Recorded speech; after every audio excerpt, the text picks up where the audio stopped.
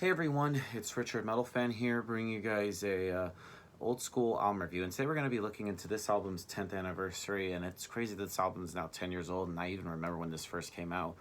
And it was one of my favorite albums of 2011, and as you can see by the title, today we're going to be talking about A Dramatic Turn of Events by Dream Theater. This was the band's 11th full-length album, released on September 13th, 2011 through Roadrunner Records. Now, this album follows up their previous album, which came out in 2009, Black Clouds and Silver Linings. And I thought that was a pretty good album. And I thought the album was a little bit darker.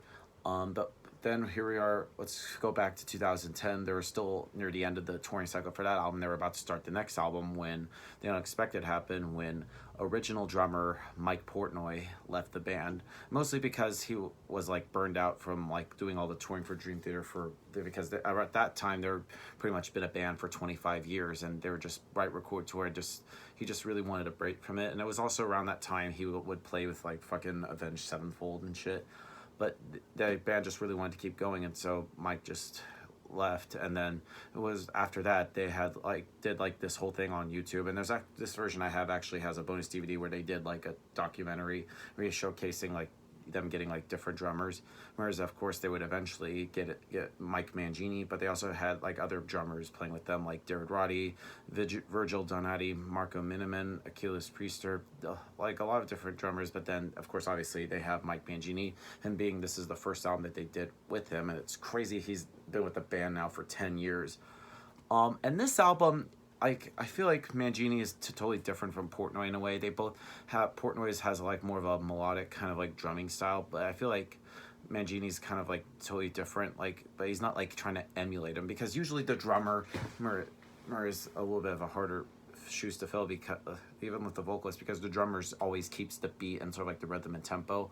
But when I first heard it, I was kind of skeptical, but then when I heard this album, I was kind of blown away. Let's just dive right into this. Like, production-wise, produced by guitarist John Petrucci, and I think they basically know. I feel like John being the producer as well as the guitarist, definitely knows what the band is sound like. Try to be like produce his own music. And I think he does a really good job. Like, what can I say about him? He could play at shred a million notes per second. One of the best guitarists I've heard. Vocally, James LaBrie sounds pretty good on here. The bass on this album is pretty audible. You could definitely hear John Mayung a lot here. And the keyboards, I feel like I've mentioned before with keyboards, I feel like they add a lot of like depth to it. And of course, like I said, first album with new drummer Mike Mangini does pretty well. So without further ado, let's dive into this album track by track. Now, starting things off is I believe the first single released from this album, called On the Backs of Angels. I feel like this starts off kind of like very spacey, almost kind of like calm, yet has like a little clean guitar with it, and accompanied by the keyboards, and then Mike Mangini just comes in with the drums, and the rest of the band just hits right in. And it has some really great like I just feel like this album just focused on the balance between metal and just progressive music, rather than just the odd type signatures. Here's with like John's bass is actually heard and but like behind like John's guitar lines, and then James LaBrie's voice sounds a lot more melodic while still fitting in with sort of like the heavier parts of the song. And I feel like On the Backs of Angels, while it has sort of like weak choruses, it's kind of almost sounds like a different like entity of Dream Theater throughout this whole album. Then we move on to Build Me Up, Break Me Down. Now, this follows and showcases that Dream Theater has gone more of an experimental ways. And I feel like this isn't as good as like the first song. This song, while heavy, shows kind of like almost kind of like a little bit of industrial influences, mostly with like the guitar tone a little bit and the keyboard sounds. And I feel like it's a standout for the two songs. And I love like they have like their instrumental breaks, and it doesn't fall into a solo show off between the keyboard and the guitars. It just fits more within the songs. Moving on to Lost Not Forgotten. Now, this song kind of sounds like a little bit of a throwback to the sounds of like, or would later influence like some of their later albums, like the self-titled, or even their Distance Over Time, their last album, or probably their new one that's coming out later. And then there's like a piano that introduces the song. Long there hasn't been any piano that's present in any Dream Theater album, probably not since 6 Degrees of Inner Turbulence or Octavarium. And the keyboards are presented in a different way for this album, so far as not just used only for solos and background atmosphere, but as an instrument itself, playing along with the rest of the instrument, and sort of saying like be behind or above them. Next up, we get to This Is the Life. Now, This Is the Life is the first ballad on here. While this song kind of sounds a little bit confusing at times, it's good to hear sort of like the band sort of like making an unconventional ballad again, sort of like not following that verse, chorus, verse kind of format to it. And I think it's a really great song.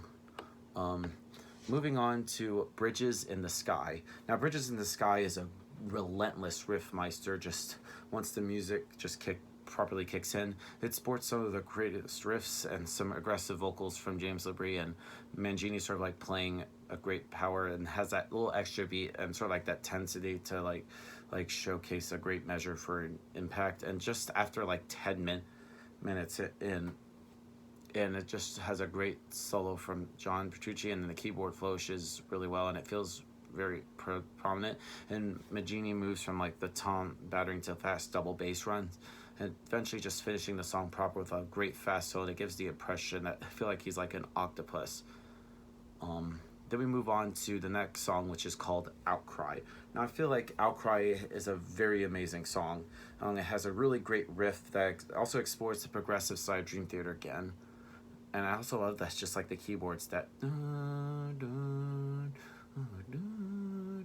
that's like my shitty impersonation of a keyboard.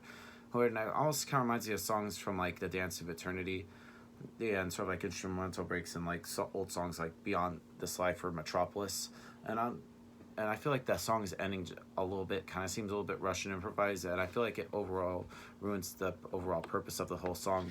But I think Outcry is a pretty good song. Moving on, we get to Far From Heaven. Now, Far From Heaven, I think this is obviously the shortest song on here, pretty much less than 4 minutes long. It kind of reminds me a little bit of like Vacant from Train of Thought. Now, this song only consists of James LaBrie doing vocals and just piano. Now, I feel like it just sounds very sad sounding with some great lyrics to take a break from like the long, heavy songs that we've heard so far. Then we move on to Breaking All Illusions. Now, this song has like every element of epic to it, except that I feel like it's just a relatively brief 12-minute song as to opposed to like the true long song. We have like one of like John's greatest guitar solos like towards the end of like the progressive metal freakouts, and slow were kind of like mellow segments and some of the best riffs to date. And I just think the great importance to know is James LaBrie's vocals performance on here and all the other tracks on this album. And he pretty much like Dream Theater sound is another point of contention that people argue about.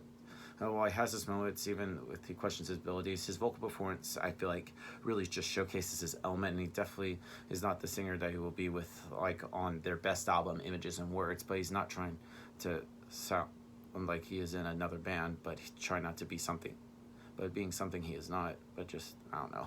Overall, it's a good song. And then we finally close things out with the last song on the album called Beneath the Surface. Now, I feel like, I remember hearing an interview with James LaBrie about this song. I feel like it's kind of like a song that goes into like the credits right after the song is ended. And I feel like it's a very beautiful song. It's an acoustic ballad that ends the album well. But it's a very emotional kind of sound. Even just me talking about it kind of gets me a little bit in there. It just has some really just beautiful everything, just on the guitars and just the vocals and the chorus in there is just really beautiful until one day you and I stopped caring and never went away beneath the surface. And I think it's a very amazing way to end this album.